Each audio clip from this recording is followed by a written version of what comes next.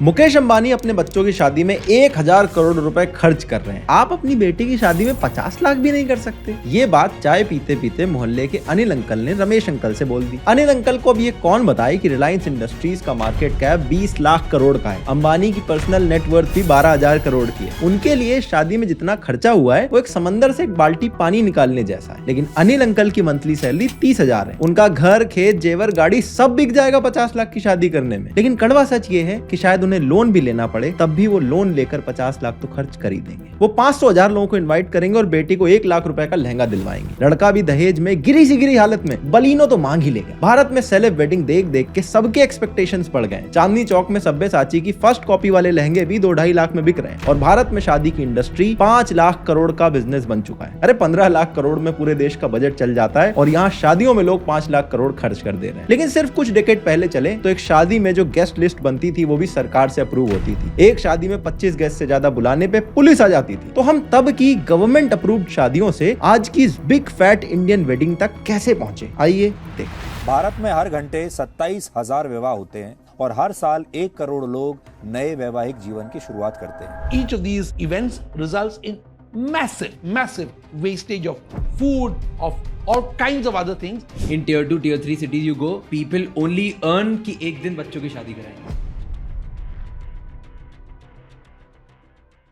शादी मेरी लाइफ का भी सबसे बड़ा पर्सनल प्रोजेक्ट था, लेकिन एक फुल टाइम जॉब के साथ यूट्यूब पे हर वीक 2 वीडियो अपलोड करना किसी प्रोजेक्ट से कम नहीं है। आज मैं आप लोगों को बताता हूं कि ये सब कुछ मैं फ्री में कैसे मैनेज करता हूं। ये है मेरी सीक्रेट स्क्रीन। इसमें फ्यूचर आइडियाज, करंट स्क्रिप्ट, जो वीडियो एडिट हो रहे हैं और जो अपलोड हो गए, ये सब कुछ आप देख सकते हो। इसमें मैं इजिली स्टेजेस डाल के नए टास्क को ऐड कर सकता हूँ। इन टास्क को ट्रैक कर सकता हूँ कि इन प्रोग्रेस है, अप्रूव्ड है या इसमें चेंजेस चाहिए। यहीं से टीम को टैग करके काम असाइन कर सकता हूँ। टास्क के अंदर ही सब टास्क बना सकता हूं, कुछ इस तरह से। आइडियाज के लिए फाइल शेयर कर सकता हूं, इंटरनली नोट्स लॉक कर सकता हूं और ईमेल भेज सकता हूं, और तो और मीटिंग भी शेड्यूल कर सकता हूं, और ये सब कुछ मेरे कैलेंडर से सिंक हो जाते हैं। इससे मेरी और मेरे टीम की प्रोडक्टिविटी काफी बढ़ गई है, क्योंकि यहीं से मैं उनके वर्किंग आवर्स भी देख सकता हूं ओडू के ही टाइम शीट से। ये सारे टास्क मैं एक टाइमलाइन पर या एक लिस्ट की तरह भी देख सकता हूं। ये ओडू का प्रोजेक्ट मैनेजमेंट ऐप है, और अगर आप कॉलेज का प्रोजेक्ट कर रहे हैं, बिजनेस में कोई काम है या पर्सनल यूज के लिए भी ये बहुत पावरफुल और इजी एप्लीकेशन है। इसके अलावा ओडू के पास website building, accounting, CRM, sales और इनवॉइसिंग जैसे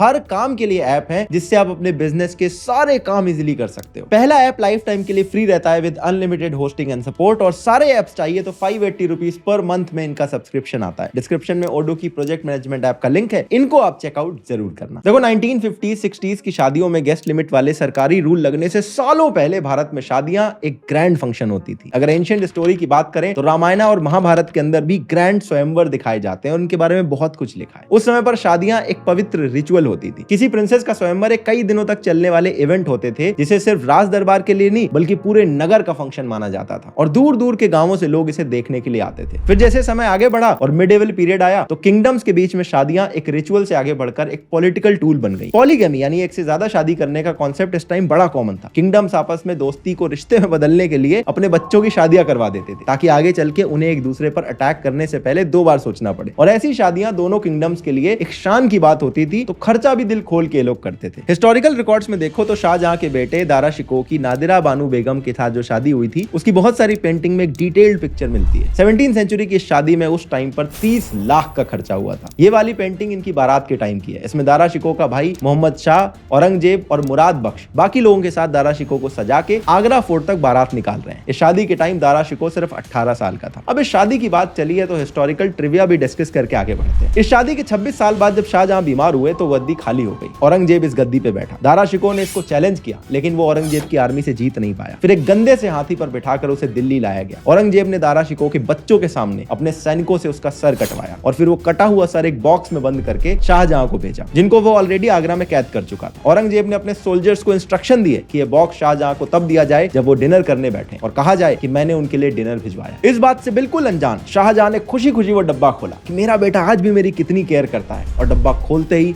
उसके होश उड़ गए और वो वहीं बेहोश हो गया। थोड़ा सा डार्क हो गया नहीं, हिस्ट्री इतनी क्रूअल और डार्क है। लेकिन अभी वापस चलते हैं दारा शिकोह के शादी वाले दिन, जब वो इस डार्क फ्यूचर से बिल्कुल अनजान खुशी खुशी घोड़ी चढ़ रहा था और उसके अगल बगल में उसके भाई खड़े थे। ये पेंटिंग तब की है जब अपने भाइयों के साथ आगरा फोर्ट पर पहुंचता है और शाहजहां उसको रिसीव कर रहे हैं। नीचे की तरफ आप देखोगे डांसर्स हैं, बैकग्राउंड में आतिशबाजी चल रही है। एक हिस्टोरियन है पीटर मंडी, इन्होंने अपनी किताब में लिखा कि उस दिन ऐसी आतिशबाजी हुई थी कि मानो रात में आसमान में सूरज निकल आया हो। और ये वाली पेंटिंग तब की है जब नादिरा बानू बेगम की फैमिली दारा शिकोह की बारात को रिसीव करती है। दहेज का कॉन्सेप्ट इस टाइम पे भी चलता था। राजा लोग दहेज में पूरी पूरी territories, cavalry, horses, elephant, jewellery, weapons ये सब गिफ्ट में देते थे। और ये ग्रैंड वेडिंग अंग्रेजों के टाइम पे भी चलती रही। इनफैक्ट आप शॉक्ड हो जाओगे, लेकिन तब का जो बॉम्बे था वो पहले पोर्चुगीज के अंदर आता था। लेकिन एक पोर्चुगीज प्रिंसेस ने जब अंग्रेज ऑफिसर के बेटे से शादी करी तो उसको दहेज में बॉम्बे दे दिया गया, और इसी तरह से ईस्ट इंडिया कंपनी ने उस टाइम के बॉम्बे पर अपना कंट्रोल करा। लेकिन ये मुगल और अंग्रेज अपने सेलिब्रेशन का जो सारा पैसा है वो अपने देश से तो लाए नहीं थे, यहीं के लोगों को लूट लूट के वो अपने महल बना रहे थे। जब शाहजहां ने अपनी तीसरी वाइफ के लिए 4 करोड़ सिल्वर कॉइन लगा के ताजमहल बनवाया, तब बिहार के अंदर लोग भूखमरी से मर रहे थे। जब अंग्रेज शादियों में भारत की सिटीज एक दूसरे को गिफ्ट कर रहे थे, तब पंजाब और सिंध में एक भयंकर भूखमरी फैल चुकी थी। और ऐसा लंबे टाइम तक होने की वजह से भारत के अंदर आजादी के बाद एक मैसिव फूड शॉर्टेज हो जाता है। इसीलिए भारत में 1955 में एसेंशियल कमोडिटीज एक्ट लगा दिया जाता है। इसका पर्पस था कि सरकार फूड की सप्लाई और डिस्ट्रीब्यूशन को कंट्रोल कर सके। और उस टाइम पर शादियों में कितनी आप दाल बना सकते हो इसकी भी परमिशन सरकार से लेनी होती थी। ज्यादातर स्टेट्स में आप शादी के लिए 25 गेस्ट के ऊपर इनवाइट नहीं कर सकते थे। बुला भी लिया है तो 25 से ज्यादा लोगों का खाना तो बिल्कुल नहीं बना सकते थे। दिल्ली में वेडिंग, फ्यूनरल और फेस्टिव पार्टीज को रेगुलेट करने के लिए गेस्ट कंट्रोल ऑर्डर्स को इशू किया गया था। 70s में तो कैलकाटा में लोग शादी के कार्ड में लिखने लगे थे कि भैया ये ऑर्डर फॉलो किए जाएंगे तो खाने का एक्सपेक्ट मत करना। एक retired college professor Malvika Ghosh बताते हैं कि उस टाइम पर लोगों पर रेड पड़ने का डर रहता था, इसलिए लोग मोस्टली इस रूल को फॉलो करते थे। उनकी शादी में भी राइस सर्व करना अलाउड नहीं था, इसलिए उन्होंने गेस्ट को दलिया खिलाया।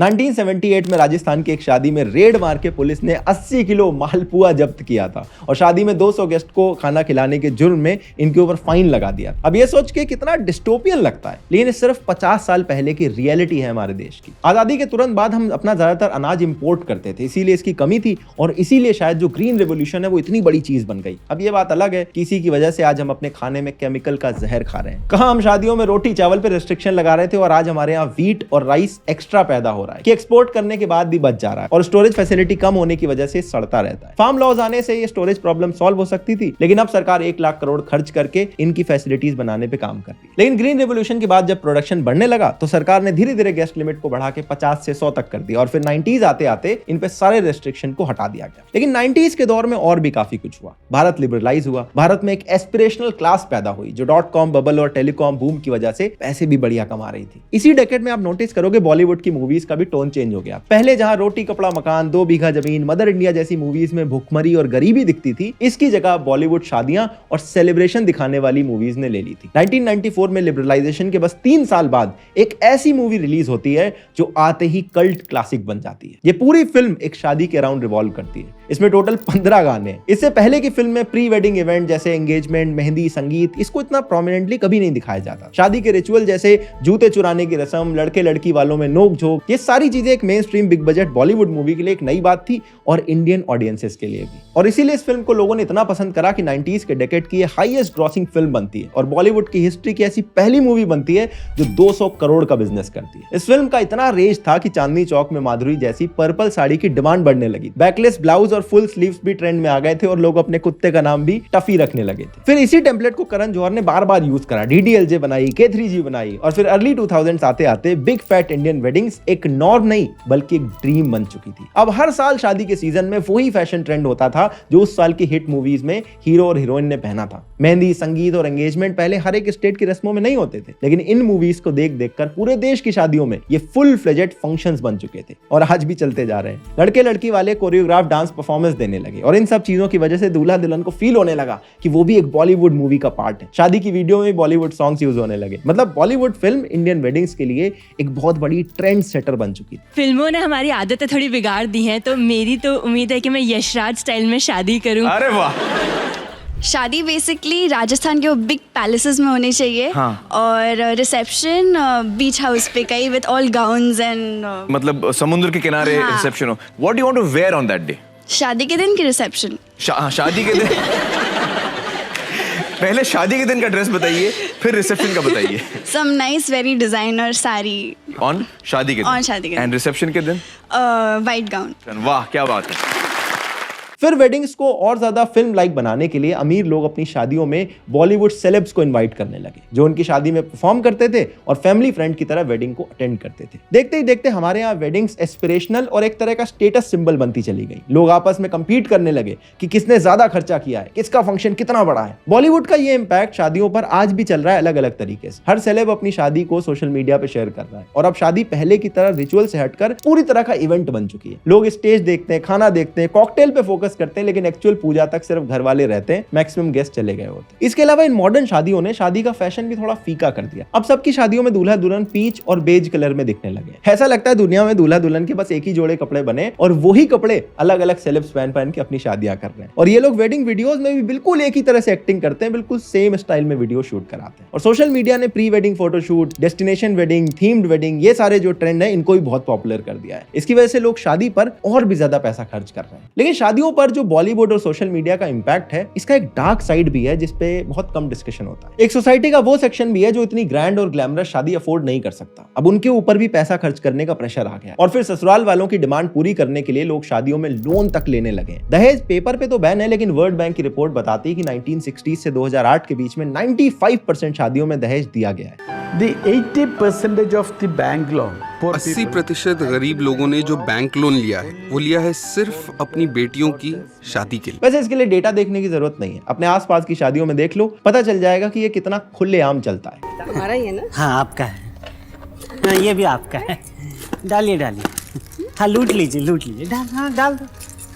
आप ही के लिए जमा किया, हाँ डालिए आराम से। आज भी ऐसे बहुत से केसेस मिल जाएंगे कि लड़के वालों की डिमांड पूरी करने के लिए खेत बेचने पड़ गए और जो ये डिमांड पूरी नहीं कर पाते उसका बदला लड़की को टॉर्चर करके निकाला जाता है। मेरी शादी की वजह से इनकी ऐसी परिस्थिति आ गई, पापा भी सुसाइड करना पड़ा कर्जा की वजह से और मेरी वजह से।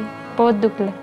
और आप सोच रहे हो यार ये सब तो गांव में होता होगा, तो ये केरला का केस देखो, पिछले साल का ही केस है। लड़का लड़की दोनों डॉक्टर थे, लेकिन लड़के वालों की डिमांड इतनी बड़ी थी कि शादी कैंसिल करनी पड़ गई और इसकी वजह से बाद में लड़की ने सुसाइड कमिट कर लिया। पर ऑनेस्टली इसकी बात करके फायदा ही क्या है? अच्छे पढ़े लिखे लोग चुपचाप सगाई में चेक पकड़ लेते हैं। आजकल डाउरी कितनी नॉर्मलाइज हो गई है, इसके लिए इंस्टाग्राम खोलकर देखना, इस पे हजारों लोग मीम्स बनाते हुए दिख जाते हैं। मुझे ऐसा पर्सनली लगता है कि एक दिन के फंक्शन के लिए लोन लेके खर्चे करना बिल्कुल इलॉजिकल डिसीजन है। बल्कि इस फंक्शन को छोटा रख के बचे हुए पैसों से अगर दूल्हा दुल्हन जो अपनी लाइफ शुरू करने जा रहे हैं उस पे लगा दें तो ये ज्यादा समझदारी का काम होगा। लेकिन ऐसा भी नहीं कि शादियों में खर्चा बंद हो जाना चाहिए, क्योंकि ये कम लोग रियलाइज करते हैं, लेकिन शादियों की वजह से जाने कितने घरों की रोटी चल रही है। तो अगर पैसा है तो आपको खर्च करना चाहिए। Designers, decorators, caterer, banquet hall वाले, फोटोग्राफर्स, फूल वाला, डीजे वाला, मेकअप वाला, ऐसे कितने अनऑर्गेनाइज सेक्टर के लोग हैं जो शादी के सीजन में ही कमाते हैं। 4-5 लाख करोड़ की पूरी इंडस्ट्री सिर्फ इन्हीं शादी के खर्चों पे चल रही है और ये पूरी तरह से रिसेशन प्रूफ बिजनेस है। इसीलिए सरकार भी वेड इन इंडिया जैसे इनिशिएटिव प्रमोट कर रही है। इनफैक्ट राजस्थान के बाद ऋषिकेश ऑलरेडी एक डेस्टिनेशन वेडिंग के लिए बहुत पॉपुलर स्पॉट बनता जा रहा है। लेकिन नई जनरेशन को देखो तो इनके लिए शादी का कॉन्सेप्ट भी थोड़ा सा चेंज होता जा रहा है। जैसे जेनजीज और मिलेनियल्स ये मानने लगे कि वो शादी के लिए घर वालों से पैसे लेने की जगह सेल्फ फंडेड शादी करना चाहते हैं। 25 से 30 की एज वाले लोग ये मानते हैं कि ज्यादा लेविश शादी ना हो तो बेटर है, गेस्ट लिस्ट में 100 नाम हो जाए इतना बहुत है। वैसे ये ट्रेंड तो मैंने पर्सनली भी नोटिस करा है। आजकल लोग इंटीमेट वेडिंग ज्यादा प्रेफर करते हैं जिसमें क्लोज फ्रेंड्स और फैमिली ही इन्वाइट होते हैं। इसमें एक और इंटरेस्टिंग चीज पता चलती है, 68% लोगों ने कहा कि वो शादी करने से पहले फाइनेंशियल स्टेबिलिटी और पर्सनल गोल को फुलफिल करना चाहते हैं। और शायद इसी वजह से जहां पहले शादियां 20-22 की एज में हो जाती थी, आज के टाइम पर 28-30 की एज में तो लोग अपने लिए रिश्ता ढूंढना शुरू करते हैं। वैसे आजकल लेट शादियां होने का एक और भी रीजन है। पहले के जनरेशन के कंपैरिजन में आजकल लोग ज्यादा डेटिंग कल्चर की तरफ जाते हैं। डेटिंग एप्स की वजह से ऑप्शंस की कोई कमी नहीं है, इसीलिए शादी जैसे बड़ी कमिटमेंट में लोग जाने से थोड़ा सा घबराने लगे। कुछ लोग ऐसे हैं जिन्हें शादी करनी नहीं है, वो अपनी विवेक, बुद्धि और चेतना को जगाने में व्यस्त हैं। कुछ लोगों को फ्रॉड होने का डर रहता है, उनके हिसाब से सारी लड़कियां गोल्ड डिगर हैं और शादी अगर कर ली तो ये बर्बाद हो जाएंगी। वैसे मुझे लगता है हर आदमी एक एज पे आके ऐसी बातें करता है और उसके 4-5 साल बाद आप देखो तो उसकी शादी भी हो गई होती है और बच्चे भी खेल रहे होते हैं। और इसीलिए मुझे लगता है भारत जैसी कंट्री में जहां आज भी फैमिली की इतनी ज्यादा वैल्यू है, शादियां तो होती रहेंगी और जैसे जैसे भारतीय और अमीर होते जाएंगे वो अपनी शादियों पे और ज्यादा पैसे खर्च करते जाएंगे। मेरे हिसाब से ये बिग फैट इंडियन वेडिंग्स अभी ट्रेंड में रहने वाली हैं। बाकी आप कमेंट करके बताना कि आप अपनी शादी में कितना पैसा खर्च करने का प्लान कर रहे हो। डिस्क्रिप्शन में ओडो के प्रोजेक्ट मैनेजमेंट ऐप का लिंक है, तो उनको चेकआउट करना मत भूलना। मैं मिलता हूं नेक्स्ट वीडियो में, तब तक के लिए अपना ध्यान रखना। जय हिंद, वंदे मातरम।